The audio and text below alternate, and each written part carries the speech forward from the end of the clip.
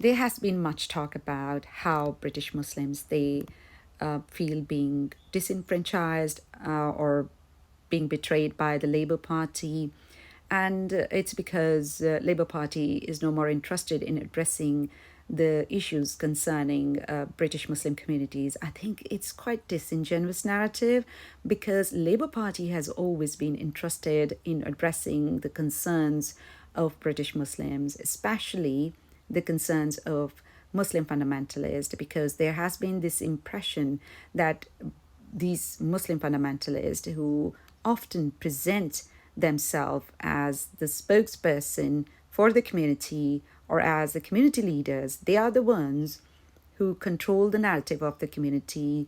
They are the ones who control the vote bank of the community. So it is quite beneficial for the Labour Party to appease these Muslim fundamentalists in order to have their vote bank secured. So I don't want to buy this whole idea that Labour has been reckless in their policies and efforts to appease these Muslim fundamentalists. I think they are going out of the way to appease them. I mean, just look at it. They don't want to talk about Sharia councils. They never want to talk about the imposition of hijab in British primary schools. They never want to talk about domestic violence that's been sanctioned by certain readings of Islam. They never want to talk about Islamic misogyny. They never want to talk about Islamic anti Semitism. They never want to talk about anything which is related to and associated with Islam because that would offend these Muslim fundamentalists. So you can see how far they can go to appease these people. However, there has been resentment among Muslims, and I don't deny this fact. Muslims, British Muslims, they do feel being betrayed by the Labour Party, and it's because they couldn't get a free pass on the issue of pro Palestine from the Labour. It's been quite evident since October 7 how these pro Palestine hooligans they have conducted themselves. I mean, we have witnessed horrific scenes on the streets of London, in fact, across the country. And we have seen how appallingly they behaved and they shouted genocidal slogans. In fact, worst thing you can ever imagine over the loudspeakers.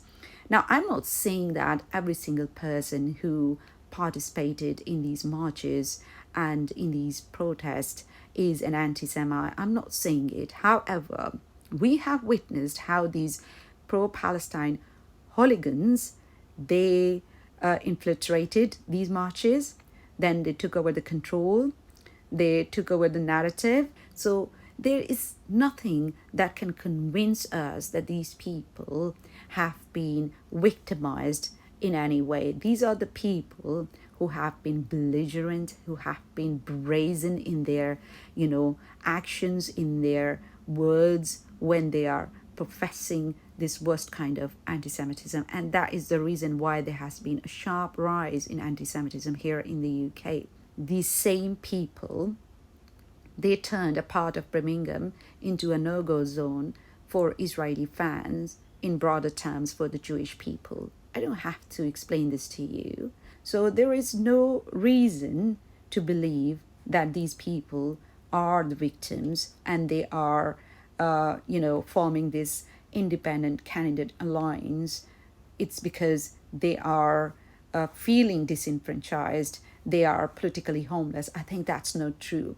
It's just that they want to build a bloc, a powerful bloc which is dominated by the Muslims. And those Muslims, they are not like just any Muslims. Those Muslims who are very conservative, who are very much orthodox in their beliefs, in their words, in their actions, and who share the same agenda, which is pro-Palestine agenda. Now, I don't know what do they mean when they say we are unapologetically pro-Palestine, because I am also pro-Palestine person. I believe in two-state solution. I believe that Palestinian people they have a right to have their own country and live in peace with their neighboring countries.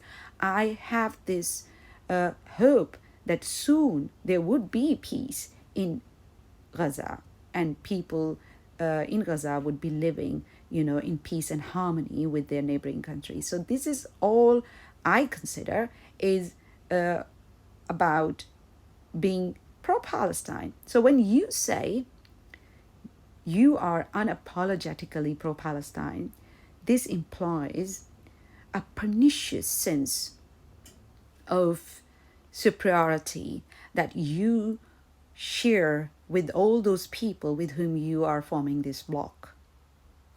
I think we need to be vigilant. We need to put this unhinged political correctness. We need to put this, whataboutery aside now. We have to call it out for what it is. It is pure and plain Islamic sectarianism. This is nothing else but Islamic sectarianism. And it is pernicious. Why?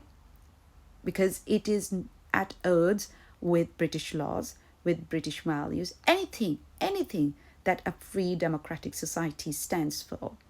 So we cannot just let this narrative prevail that these Muslims, they are victimized and they are forming this alliance, this independent candidate alliance. This is not true.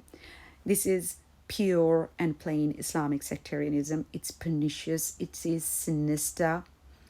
I left Pakistan for a reason. I don't want to live in a society where Islam has significant influence over politics, over social discourse.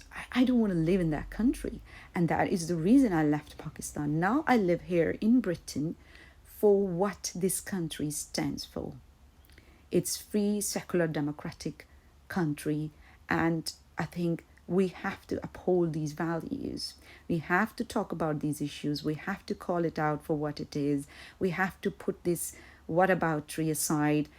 Stop beating about the bush. Stop pretending as if it is not there. You cannot solve the problem unless you acknowledge the existence of the problem. And the problem is Islamic sectarianism is on the rise here in the UK.